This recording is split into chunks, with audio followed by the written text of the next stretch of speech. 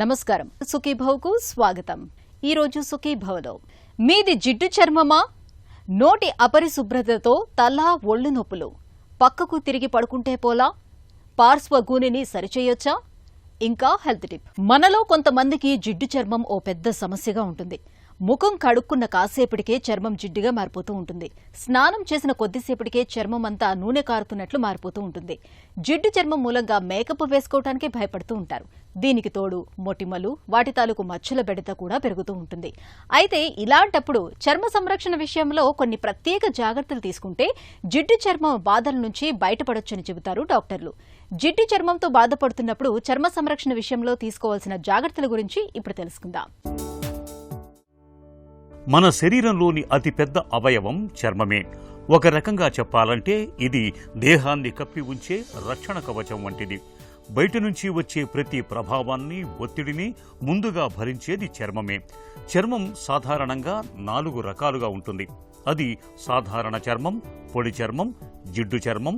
కొంతమందిలో 2 పొడి, జిడ్డు స్వభావాలు కల చర్మం ఉంటుంది.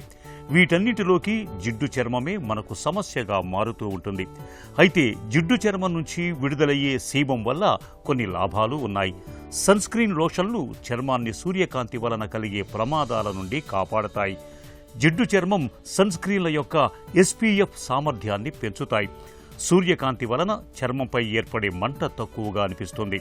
చర్మానికి జిడ్డు చర్మం మెరుపును ఇస్తుంది. చర్మాన్ని ఎప్పుడూ తాజాగా ఉంచుతుంది. ఇక జిడ్డు చర్మం ఉన్న వాళ్లలో వృద్ధాప్య ఛాయలు చాలా నెమ్మదిగా మొదలవుతాయి. అయితే ఇవన్నీ నాణ్యానికి ఒకవైపే. మరోవైపు జిడ్డు చర్మం మూలంగా మొటిమలు, మచ్చల బెడద ఎక్కువగా ఉంటుంది. వేసుకున్న మేకప్ కొద్దిసేపటికే కరిగిపోతూ చిరాకు పుట్టిస్తూ ఉంటుంది. ఆయిలీ స్కిన్ అంటే ఆయిల్ ఎందుకు రావాలి అంటే ఈ ఆయిల్ జనరేటింగ్ గ్రంథులు ఉంటాయి, సెబేషియస్ గ్లాండ్స్ అంటాం. ఇది తల నుంచి అరికాళ్ళ వరకు ఉంటాయి. ఈ ఆయిల్ గ్లాండ్స్, సెబేషియస్ గ్లాండ్స్ పని ఏంటి అంటే రోజు సరిపోయేంత ఆయిల్ జనరేట్ చేయడం వల్ల మన స్కిన్ కానీ హెయిర్ కానీ డ్యామేజ్ కాకుండా చూసుకుంటాం. అంటే నేచర్ మనకిచ్చే న్యాచురల్ ఆయిల్ని మనము సెబేషియస్ గ్లాండ్ నుంచి అందుపడుతుంటాయి. కొంతమందిలో ఈ ఆయిల్ గ్లాండ్స్ ఎక్కువగా ఉత్పత్తి చేయడం వల్ల వాళ్ళకి హెయిర్ కానీ ఫేస్ కానీ మొహం కడుక్కున్న 2-3 నిమిషాలకు లేదా అర్ధగంటకే లేదా గంటకే ఆయిలీ అని చెప్తుంటారు. ఎన్నిసార్లు వాష్ చేసినా ఫేస్ ఆయిలీ అవుతుందని కంప్లైంట్ చేస్తుంటారు. అసలు కొంతమందికి ఆయిల్ ఎక్కువ ఉండి, కొంతమందికి కాంబినేషన్స్ ఉండి, కొంతమందికి డ్రై స్కిన్ అనేది ఎందుకు ఉండాలి అనే క్వశ్చన్ చేసుకుంటే వీటికి చాలా మనకి ఆన్సర్స్ ఉంటాయి. ఒకటి ఫస్ట్ థింగ్ ఏంటంటే జెనెటిక్స్. ఫాదర్ కానీ మదర్ కానీ ఆయిలీ స్కిన్ ఉంటే వాళ్ళకి జన్యుపరంగా ఆ సెబేషియస్ గ్లాండ్స్ ఎక్కువ ఆయిల్ సెక్రెట్ అవుతుంటాయి. అటువంటి పిల్లల్లో ఈ ఆయిలీ స్కిన్ వచ్చే ఛాన్సెస్ కొంచెం అధికంగా ఉంటాయి. మళ్ళీ కొంతమందిలో మొటిమలు, పింపుల్స్ వచ్చే వాళ్ళల్లో కూడా ఆయిలీ స్కిన్ అని చెప్తుంటాం. దీంట్లో చాలా అపోహలు ఉంటాయి. పింపుల్స్ వచ్చే వాళ్ళకే కాదు, మామూలు వాళ్ళకు కూడా ఈ ఆయిలీ స్కిన్ ఉండొచ్చు. కానీ పింపుల్స్ అంటే మొటిమలు వచ్చే వాళ్ళల్లో ఈ ఆయిలీ స్కిన్ ఉండే ఛాన్సెస్ కొంచెం అధికమని చెప్పొచ్చు.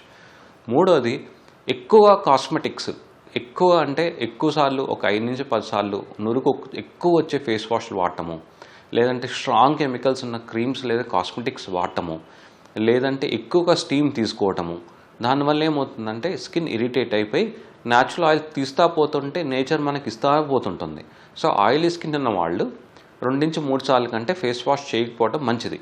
అదొక అపోహ. ఎక్కువసార్లు వాష్ చేస్తే నాకు ఎక్కువసేపు డ్రై ఉంటుంది అనుకుంటారు. కానీ ఆ డ్రై అనేది కొన్ని నిమిషాలు ఉంటుంది. మనం రోజుకి 2-3 సార్లు కనుక ఫేస్ వాష్ చేయగలిగితే ఎక్కువసార్లు కాకుండా ఉంటే న్యాచురల్గా కొన్ని నెలల తర్వాత ఆయిల్ జనరేట్ తగ్గడం స్టార్ట్ అవుతుంది.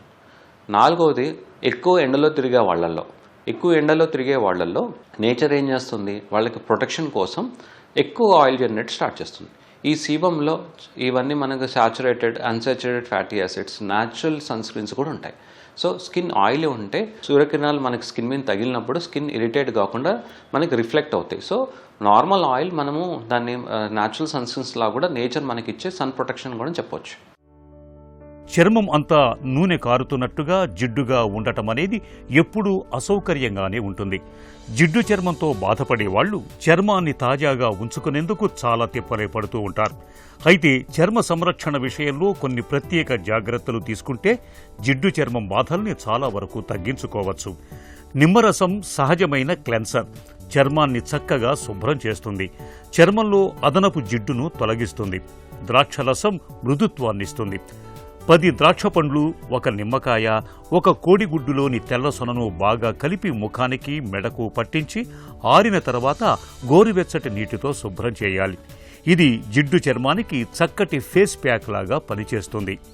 నిమ్మకాయను సగానికి కోసి 1 చెక్కతో ముఖాన్నంతటినీ రుద్ది 15 నిమిషాల సేపు అలాగే ఉంచి తర్వాత చన్నీటితో శుభ్రం చేయాలి. ఇది చర్మంపై జిడ్డును చాలా వరకు తొలగిస్తుంది. జిడ్డు చర్మానికి తప్పనిసరిగా సన్ స్క్రీన్ వాడాలి. ప్రతి 2 గంటలకు ఒకసారి వాతావరణ స్థితిని బట్టి ఎంత సమయం పాటు తాను ఆరుబయట గడుపుతున్నది అనే దాన్ని బట్టి తగిన SPF కలిగిన సన్ స్క్రీన్ను వాడుకోవాలి. సో ఈ ఆయిలీ స్కిన్ వాళ్ళు ఎటువంటి ప్రోడక్ట్స్ వాడాలి అంటే, సల్సిలిక్ యాసిడ్ ఉన్న ఫేస్ వాష్ రోజుకి 2 సార్లు కంటే ఎక్కువగా వాడకూడదు. ఇవి మనం 5 నుంచి 10 సెకండ్లు తప్ప ఎక్కువసార్లు మనం ఫేస్ వాష్ చేయకూడదు. ఎక్కువసేపు ఫేస్ వాష్ చేస్తే స్కిన్ డ్యామేజ్ అయ్యి ఇంకా ఎక్కువ ఆయిల్ జనరేట్ అయ్యే ఛాన్సెస్ ఉంటాయి. సో ఆయిలీ స్కిన్ వాళ్ళు సల్సిలిక్ యాసిడ్ డాక్టర్ని కన్సల్ట్ అయ్యి వాళ్ళకి మ్యాచ్ అవుతే 1% కానీ 2% కానీ అంతకంటే ఎక్కువ వాడకూడదు. డాక్టర్ని కన్సల్ట్ అయ్యి డాక్టర్ ఓకే అంటేనే మనం స్టార్ట్ చేసుకోవచ్చు. ఈ salicylic acid face wash oil తీసేయడం వల్ల మనకి స్కిన్ డ్రై అయ్యే ఛాన్సెస్ ఉంటుంది. నెక్స్ట్ ఏ సన్ స్క్రీన్స్ వాడాలంటారు, అసలు మాయిశ్చరైజర్స్ వాడాలంటారు. మాయిశ్చరైజర్స్లో కూడా thin moisturizers, oil regulating controlling moisturizers ఉంటాయి. థిక్ మాయిశ్చరైజర్ క్రీమ్స్ వాడకూడదు. థిక్ మాయిశ్చరైజర్ క్రీమ్ వాడితే ఆయిల్ జనరేటర్లో సింపుల్ లాజిక్, ఆయిల్ స్కిన్ ఇంకా ఆయిల్ అయినట్టే. Oil generating, oil controlling moisturizers లేదా థిన్ సెరామైడ్స్ మాయిశ్చరైజర్స్ ఉంటాయి. ఒకవేళ ఫేస్ వాష్ తర్వాత మీకు ఏమైనా డ్రై అనిపిస్తే ఈ మాయిశ్చరైజర్స్ వాడుకోవడం వల్ల మనకి ఆ డ్రైనెస్ కొంచెం కాంపెన్సేట్ అవుతుంది. సన్ స్క్రీన్స్ ఏం వాడాలంటారు. సన్ స్క్రీన్స్లో జెల్ బేస్డ్ సన్ స్క్రీన్స్ ఈ ఆయిలీ స్కిన్ వాళ్ళకి బాగా మ్యాచ్ అవుతుంది. SPF, లో SPF ఉండి జెల్ బేస్ సన్ స్క్రీన్స్ వాడగలిగితే వాళ్ళు ఎక్కువసేపు దాన్ని వాడాలని ఇష్టపడతారు. హై SPF ఉండి తర్వాత క్రీమ్ బేస్ సన్ స్క్రీన్స్ వాడితే అవి వాళ్ళు వాడటానికి కూడా ఇష్టపడరు. కొన్ని రోజుల తర్వాత కొన్ని పక్కన పడేస్తుంటారు, ఎందుకంటే ఆయిలీ స్కిన్ ఇంకా ఆయిల్ అవుతూ ఉంటుంది. సో లో SPF అంటే 30 SPF దాకా ఉండే సన్ స్క్రీన్, ఒక జెల్ బేస్ సన్ స్క్రీన్ రోజుకు ఒకసారి వాడగలిగితే సరిపోతుంది. సాయంత్రం వచ్చి ఏమైనా సిరమ్స్ వాడాలని అడుగుతారు. నియాసినమైడ్ సిరం కానీ, సల్సిలిక్ యాసిడ్ సిరం కానీ డాక్టర్ని కన్సల్ట్ అయ్యి, లేదా అజిలిక్ యాసిడ్ సన్ స్క్రీన్ కానీ, లేదంటే నాన్ మ్యారీడ్ ఏ హెల్త్ ఇష్యూస్ లేని వాళ్ళు రెటినాల్ సిరమ్స్ ఉంటాయి. రెటినాల్ సిరమ్స్ కూడా డాక్టర్ని కన్సల్ట్ అయ్యి క్రీమ్స్ కానీ సిరమ్స్ కానీ యూస్ చేసుకోగలిగితే ఈవినింగ్ నైట్ అంతా ప్రొడ్యూస్ చేసే కొంచెం ఆయిల్ సెక్రెషన్ కొంచెం కంట్రోల్ అవుతుంటుంది. జిడ్డు చర్మం ఉన్నవారు రోజుకి 2 సార్లు మంచినీటితో ముఖాన్ని కడుక్కోవాలి. రోజు వాటర్ లేదా వేడి నీటితో ముఖాన్ని తరచూ కడుక్కోవటం మేలు చేస్తుంది. వేడి నీటితో కడగటం వల్ల చర్మంపై స్వేద గ్రంథులు విచ్చుకునే ఉంటాయి. ఇక రోజు వాటర్ రాయటం వల్ల అది స్కిన్ టోనర్గా పనిచేయటమే కాక గ్రంథుల్ని మూసుకుపోయేలా చేసి చర్మాన్ని బిగుతుగా చేస్తుంది. సబ్బులకు బదులుగా ఫేస్ వాష్లను వాడుకోవటం మేలు. సాల్సిలిక్ యాసిడ్ కలిగిన ఫేస్ వాష్ వాటర్ బేస్డ్ మాయిశ్చరైజర్ను వాడటం మంచిది. నూనె శాతం ఎక్కువగా ఉండే షాంపూలు మానేయాలి. ఇక ఆహారంలో తాజా పండ్లు, కూరగాయల్ని ఎక్కువగా తీసుకోవాలి. ఓట్ మీల్, బాదాం, సముద్రపు ఉప్పు లాంటి వాటితో తరచూ చర్మాన్ని స్క్రబ్ చేస్తూ ఉంటే చర్మంపై జిడ్డు తొలగి ఎప్పుడూ తాజాగా ఉంటుంది. ఎన్ని జాగ్రత్తలు తీసుకున్నా జిడ్డు చర్మం బాధలు తగ్గనప్పుడు డాక్టర్ను కలిసి తగిన వైద్య సాయం తీసుకోవాలి. హెల్త్ న్యూస్ మీకోసం. నోటి అపరిశుభ్రతతో తల, ఒళ్ళు నొప్పుల బెడద పెరుగుతుందని ఒక తాజా అధ్యయనం పేర్కొంటోంది. సరిగ్గా బ్రష్ చేసుకుని మహిళలకు మైగ్రేన్, ఫైబ్రోమయాల్జియా ముప్పు మరింత ఎక్కువగా ఉంటున్నట్లు ఆస్ట్రేలియా పరిశోధకులు ఒక అధ్యయనంలో గుర్తించారు. నోటి శుభ్రత ఏమాత్రం బాగాలేని స్త్రీలకు ఒక మాదిరి నుంచి తీవ్ర ఒళ్ళు నొప్పుల ముప్పు 60%, మైగ్రేన్ ముప్పు 49% ఎక్కువగా ఉంటున్నట్లు యూనివర్సిటీ ఆఫ్ సిడ్నీకి చెందిన పరిశోధకులు గుర్తించారు. ఇందులో న్యూజిలాండ్కు చెందిన 158 మంది మహిళల దంత ఆరోగ్యాన్ని, అలాగే లాలాజల నమూనాలతో నోట్లో సూక్ష్మక్రిముల రకాలను గుర్తించారు. వీటిని నొప్పుల తీరుతెన్నులతో పోల్చి చూశారు. నోటి శుభ్రత ఏమాత్రం బాగాలేని వారు మరింత ఎక్కువగా నొప్పులతో బాధపడుతున్నట్లు తేల్చారు. ముఖ్యంగా 4 రకాల సూక్ష్మక్రిములకు నొప్పులతో గణనీయమైన సంబంధం ఉన్నట్లు తేలడం గమనార్హం. వీటితో పుట్టుకొచ్చే పదార్థాలు నొప్పి సంకేతాలను, ఒంట్లో వాపు ప్రక్రియను ప్రభావితం చేస్తుండొచ్చని పరిశోధకులు భావిస్తున్నారు. దంతాలను శుభ్రం చేసుకోకపోవటం అనేది సూక్ష్మజీవులు వృద్ధి చెందడానికి, మరింత తీవ్రంగా నొప్పులు కలగటానికి ఆస్కారం కలిగిస్తోందని పరిశోధకులు వివరిస్తున్నారు. ఫైబ్రోమయాల్జియా అనేది ఒళ్ళు నొప్పులతో బాధించే దీర్ఘకాలిక సమస్య. ఇందులో ఒళ్లంతా కండరాల నొప్పులతో పాటు నిస్సత్తువ, నిద్రలేమి, మతిమరుపు వంటి లక్షణాలు కనిపిస్తాయి. ఇది తరచుగా చూసేదే అయినా చాలాసార్లు గుర్తించలేకపోతూ ఉంటారు. ఈ నేపథ్యంలో అధ్యయన ఫలితాలు ప్రాధాన్యం సంతరించుకున్నాయని పరిశోధకులు చెబుతున్నారు. కొన్ని రకాల అనారోగ్య సమస్యలు రాత్రిపూట మనకు ఒక పట్టాన నిద్ర పట్టనీయవు. ముఖ్యంగా జలుబుతో బాధపడుతున్నప్పుడు, అలర్జీ, ఆస్తమా, నిమోనియా వంటి దీర్ఘకాలిక సమస్యలతో సతమతమవుతున్నప్పుడు తరచుగా శ్వాస కష్టాలు ఇబ్బంది పెడుతూ ఉంటాయి. రాత్రిళ్లు తేలికగా ఊపిరి తీసుకోలేకపోతూ ఉంటారు. ఇలాంటప్పుడు పక్కకు తిరిగి నిద్రించడం అనేది మేలు చేస్తుందని చెబుతారు నిపుణులు. పక్కకు తిరిగి పడుకోవటం అనేది రాత్రిపూట శ్వాస కష్టాలకు ఎలా వెరుగుడుగా పనిచేస్తుందో ఇప్పుడు తెలుసుకుందాం.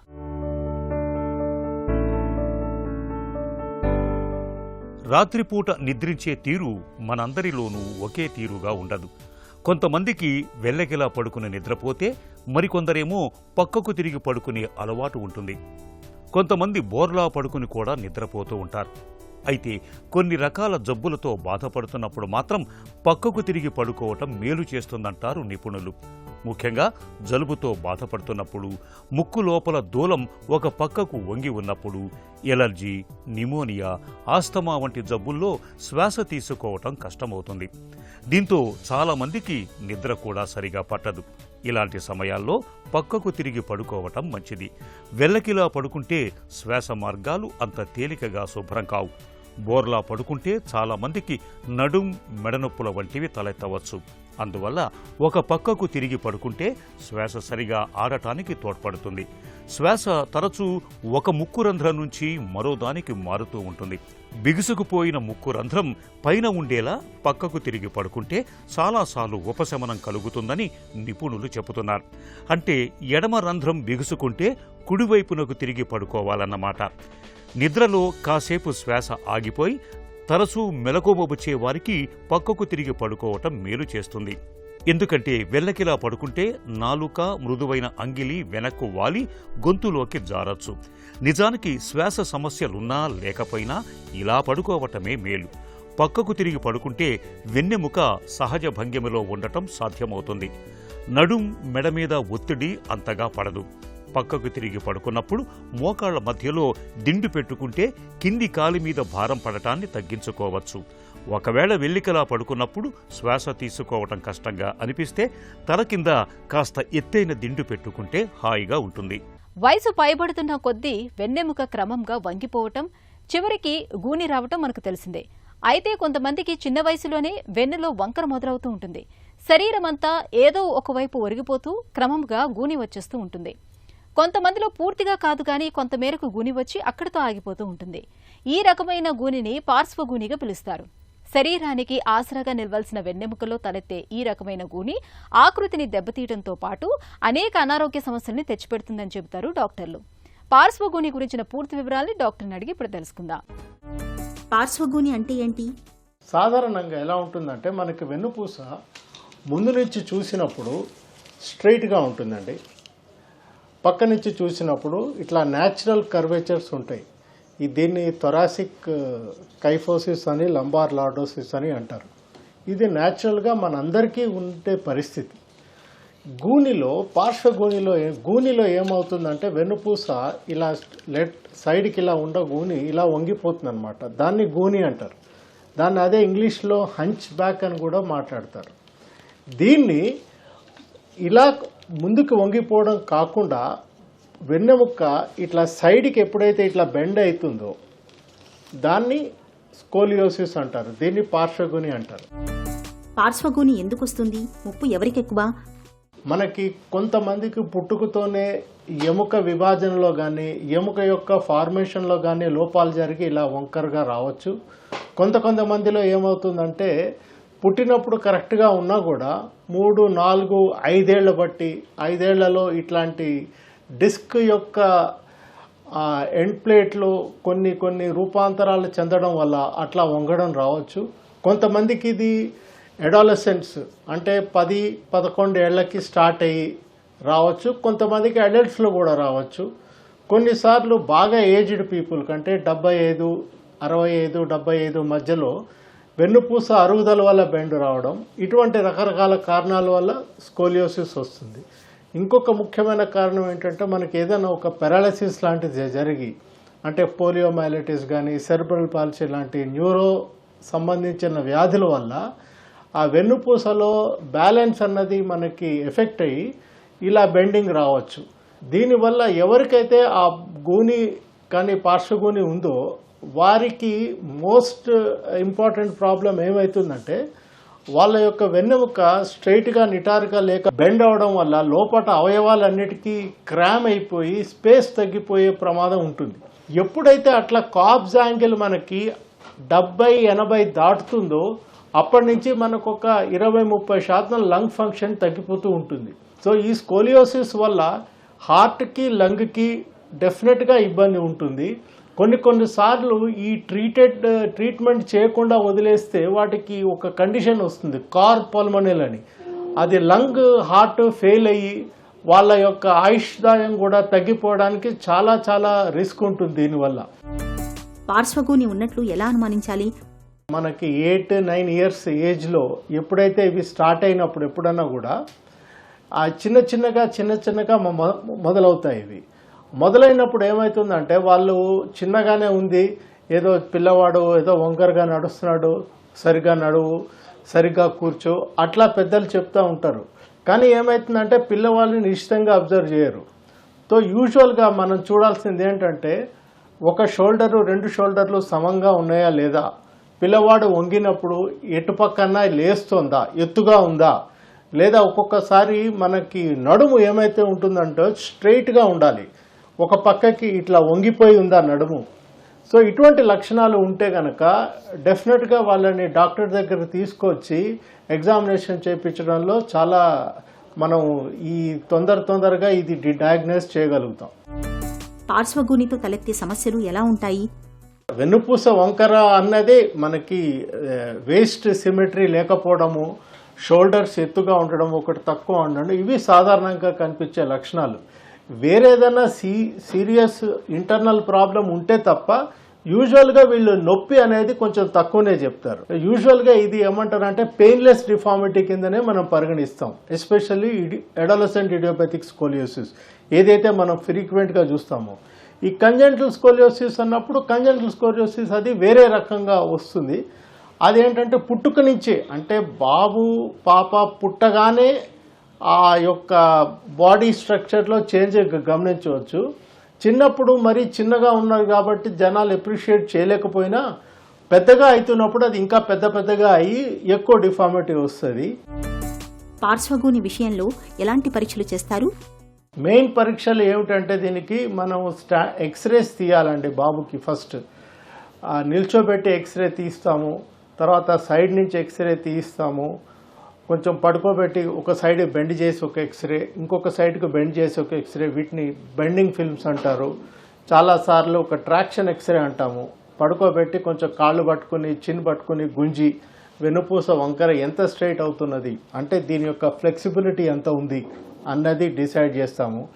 దీనివల్ల ఏంటంటే ఏది స్ట్రక్చరల్ కర్వ్, ఏది నాన్ స్ట్రక్చరల్ కర్వ్, ఏ కర్వ్కి మనము దాని ఫ్లెక్సిబిలిటీ ఉంది, ఒకవేళ దీనికి ట్రీట్మెంట్ చేయాల్సి వస్తే దేని మీద మనం ఎక్కువ ఫోకస్ చేయాలి, ఇటువంటి నిర్ణయాలన్నీ ఎక్స్రేల మీద జరుగుతాయి. ఒకసారి ఎక్స్రేలతోటి కాబ్ యాంగిల్ అంటే ఎంత వంగింది వెన్నుపూస అన్నది నిర్ధారణ అయ్యాక దాంతో తర్వాత మనము ఎంఆర్ఐ స్కాన్ అనేది ఒకటి కంపల్సరీ చేయాల్సి వస్తుంది. అవసరమైతే దానికి జోడీగా ఒక సిటీ స్కాన్ కూడా చేసి మనం వెన్నుపూస యొక్క వంకర దాని యొక్క ఇష్యూస్ అన్నీ మనం అర్థం చేసుకున్నప్పుడు దాని యొక్క ఫర్దర్గా ఎటువంటి ట్రీట్మెంట్ చేయాలి అన్న దాన్ని నిర్ణయం జరుగుతుందండి. పార్శ్వగూనిని ఎలా సరిచేస్తారు? సర్జరీ తప్పనిసరియా? ప్రతి పేషెంటు స్కోలియోసిస్ డయాగ్నోజ్ అయిన పేషెంట్కి ఆపరేషన్ అవసరం పడుతుందని అయితే లేదండి. యూజువల్గా బాగా తక్కువగా ఉన్న గూనెలు, బాగా లేతగా ఉన్న గూనెలు, అంటే దాదాపు 20 డిగ్రీలు 30 డిగ్రీలు 35 డిగ్రీలు ఉన్న వాటికి చాలా వాటికి బెల్ట్స్ తోటి, అంటే బ్రేసెస్ అంటాం. బ్రేసెస్ అంటే ఏంటంటే మనం బయట నుంచి ఒక రకమైన బెల్ట్ తయారు చేసి వేసి దాని ద్వారా వంకరను కంట్రోల్ చేయడం ద్వారా దీన్ని చికిత్స చేయడం జరుగుతుంది. ఒక్కసారి 45-50 డిగ్రీలు దాటిన వంకర ఉంటే అది దానింతటదే సంవత్సరానికి 1-2 డిగ్రీలు చొప్పున 18 ఏళ్ళ తర్వాత కూడా అది పెరుగుతూనే ఉంటుంది. సో దీంతో ఇబ్బంది ఏమవుతుందంటే వంకర పెరుగుతున్నప్పుడు వంకర పెరగడమే కాకుండా దాని యొక్క ఫ్లెక్సిబిలిటీ అండ్ కరెక్టబిలిటీ అనేది తగ్గుతుంది. సో సాధారణంగా వంకరలు ఏవైతే 45-50 డిగ్రీలు దాటిన వంకరలు అడాలసెంట్లో 14-10 ఏళ్ల తర్వాత వచ్చిన వాళ్ళకి సర్జికల్గా మనం చేయడం వల్లనే వాళ్ళకి లాంగ్ టర్మ్లో హైటు బాగా ఉంటుంది, వాళ్ళ యొక్క క్వాలిటీ ఆఫ్ లైఫ్ బాగుంటుంది, వాళ్ళ యాక్టివిటీస్ అన్ని బాగా చేయగలుగుతారు. ఈ ఆపరేషన్ అన్నవి రకరకాల టెక్నిక్స్ తోటి చేస్తాము. యూజువల్గా మేము చేసేది ఏంటంటే posterior spinal instrumentation and fusion అనే ఒక ప్రక్రియ ఉంటుంది. అది బేసికల్గా వెన్నుపూసని లోపలికి రాడ్స్ స్క్రూస్ వేసి వెన్నుపూసని మ్యానిపులేట్ చేసి కరెక్ట్ పొజిషన్లో తీసుకొచ్చి దానికి రాడ్స్ తోటి ఫిక్స్ చేస్తాము. ఈ ప్రక్రియలో ఒక్కొక్కసారి స్పైనల్ కార్డ్ ఏమన్నా అవుతుందని ఒక భయం అందరికీ ఉంటుంది. దీన్ని మనం తగ్గించడానికి న్యూరో మానిటరింగ్, అంటే మనం ఆపరేషన్ చేస్తున్నంతసేపు నరాలు కరెక్ట్గా పనిచేస్తున్నాయా లేదా అని ఎలక్ట్రికల్ ఇంపల్సెస్ చెక్ చేసుకుంటూ చేస్తామన్నమాట. దీనివల్ల ఏంటంటే ఆపరేషన్ యొక్క సేఫ్టీ చాలా పెరుగుతుంది. వెన్నులో తలెత్తిన గూనీ సమస్యను సరిచేసేందుకు ఇవాళ ఆధునిక వైద్యంలో చక్కటి చికిత్సలు మనకు అందుబాటులో ఉన్నాయి. అయితే వెన్నెముకలో లోపాల్ని సాధ్యమైనంత త్వరగా గుర్తించాలి. వీలైతే పట్టీలు లేదా సర్జరీ చేయడం ద్వారా పార్శ్వ గూనీ సమస్యను పూర్తిగా నయం చేయొచ్చు. ఇక ఈ రోజు కార్యక్రమాన్ని ముగించే ముందు ఒక చిన్న చిట్కా మీకోసం. మధుమేహంతో బాధపడుతున్నప్పుడు నిత్యం రాజ్మా గింజల్ని ఏదో ఒక రూపంలో తినటాన్ని అలవాటు చేసుకోండి.